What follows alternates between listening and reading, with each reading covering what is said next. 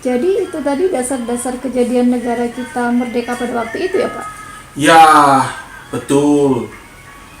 Dan keesokan harinya itu saya dan saudara Muhammad Hatta diangkat oleh kawan-kawan dari PPKI dan dilantik sebagai Presiden dan Wakil Presiden Republik Indonesia.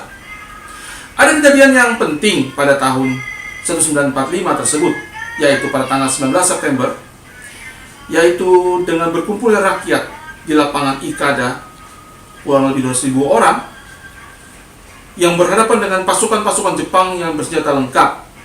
Tapi saya selesaikan peristiwa tersebut tanpa adanya pertumpahan darah. Dari informasi yang tersimpan dalam arsip surat kabar dan media lainnya, Bapak dikabarkan menderita sakit yang lumayan cukup parah sesudah pasca kejadian G30 SPKI. Dan Bapak terlihat agak gemuk saat ini. Ya, karena aku dikasih obat yang kurang tepat pada waktu itu. Aku dikasih obat ginjal Dufalidan dan apa itu satu lagi itu. Untuk mengurangi rasa sakit, aku diberi obat metadon dan Valium.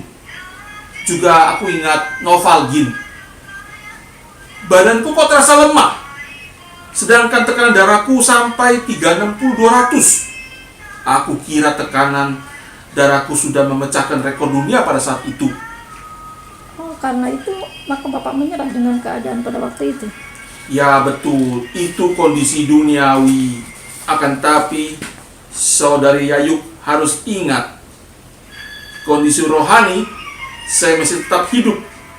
Hidup di hati semua rakyat Indonesia yang saya yakini masih mendoakan, mencintai, dan mengikuti ajaran-ajaran saya. Ajaran-ajaran saya membela rakyat kecil dan membangun bangsa negara ini menjadi suatu bangsa negara yang kuat, bermartabat, adil, dan sejahtera.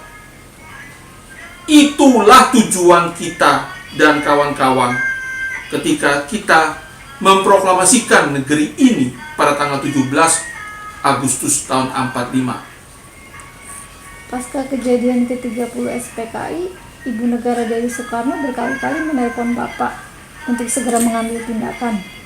Beberapa panglima diantaranya Panglima KKO, Jenderal A.L. Hartono, dan Panglima Siliwangi Jenderal Ibrahim Aji, dan Panglima Diponegoro Jenderal Suryo Sumpeno, serta Panglima Brawijaya menyatakan siap membela Bapak.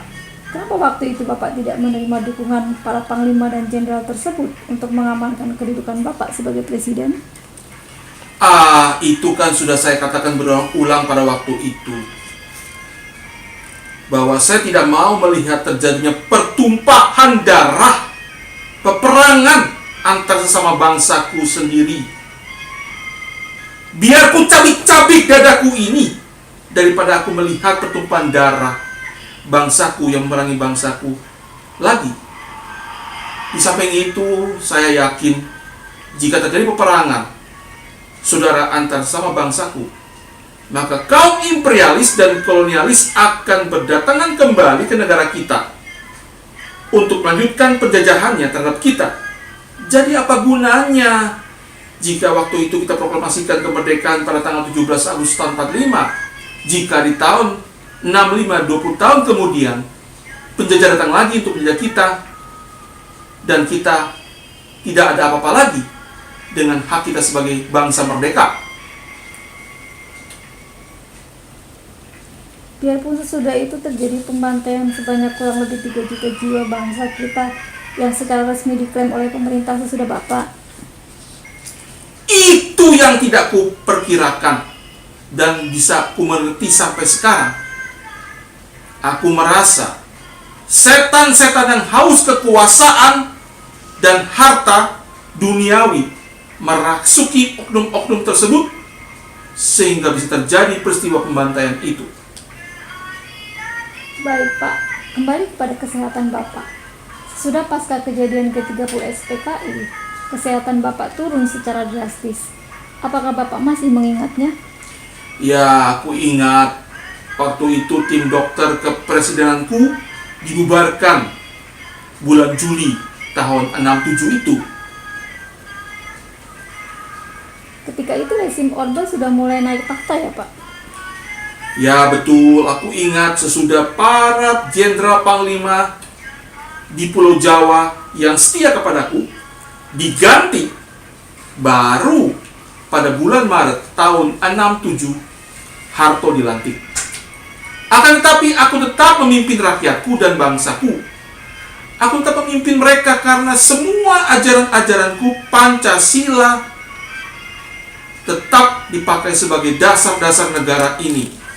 Juga Marhaenisme, Soekarnoisme masih melekat pada sebagian besar rakyatku, walaupun pelaksanaannya menyimpang jauh ke arah liberalisme dan kapitalisme, suatu aturan paham imperialisme dan kolonialisme yang baru, yang bentuknya lain tetapi pahamnya sama, menguasai rakyat kecil untuk kepentingan sekelompok orang menjadi sangat kaya raya.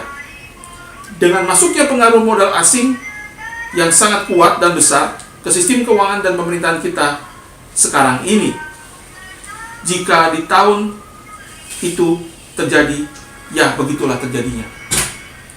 Bapak mengatakan tadi bahwa Bapak tidak merasa disingkirkan sebagai pemimpin bangsa dan negara Indonesia, dan Bapak masih memimpin bangsa dan negara ini sampai saat ini, sampai ada pengganti yang tepat, ya Pak?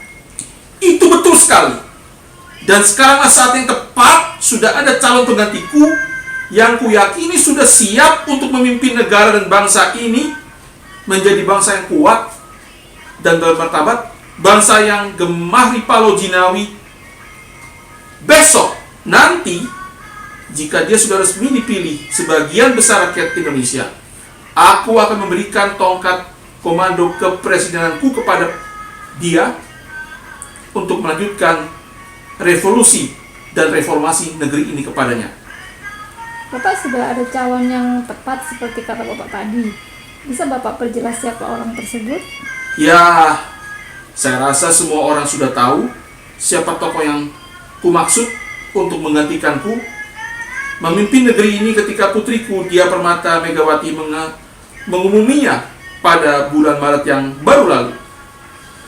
Dia dicalonkan sebagai calon presiden dari Partai Banteng Moncong Putih, Partai Putriku Megawati Soekarno Putri. Bapak yakin bahwa calon presiden dari Partai Putri Bapak bisa menggantikan kedudukan Bapak memimpin negeri dan bangsa ini? Aku tidak sekali-kali meragukannya. Dan putriku sudah berkunjung ke tempat peristirahatanku di Blitar untuk minta pendapat dan wejangan dariku sebelum memutuskannya dan mengumumannya pada seluruh rakyat Indonesia dan dunia. Baik Bapak Bung Karno, semoga semua berjalan dengan lancar ya Pak. Ya, doakan saja, karena sebagian rakyat kecil Indonesia wong cilik sudah lama menderita hidup tidak berdaulat di negaranya sendiri. Amin ya Bapak Bung Karno. Ya, amin, terkabul sesuai dengan semua impianku dan impian bangsaku.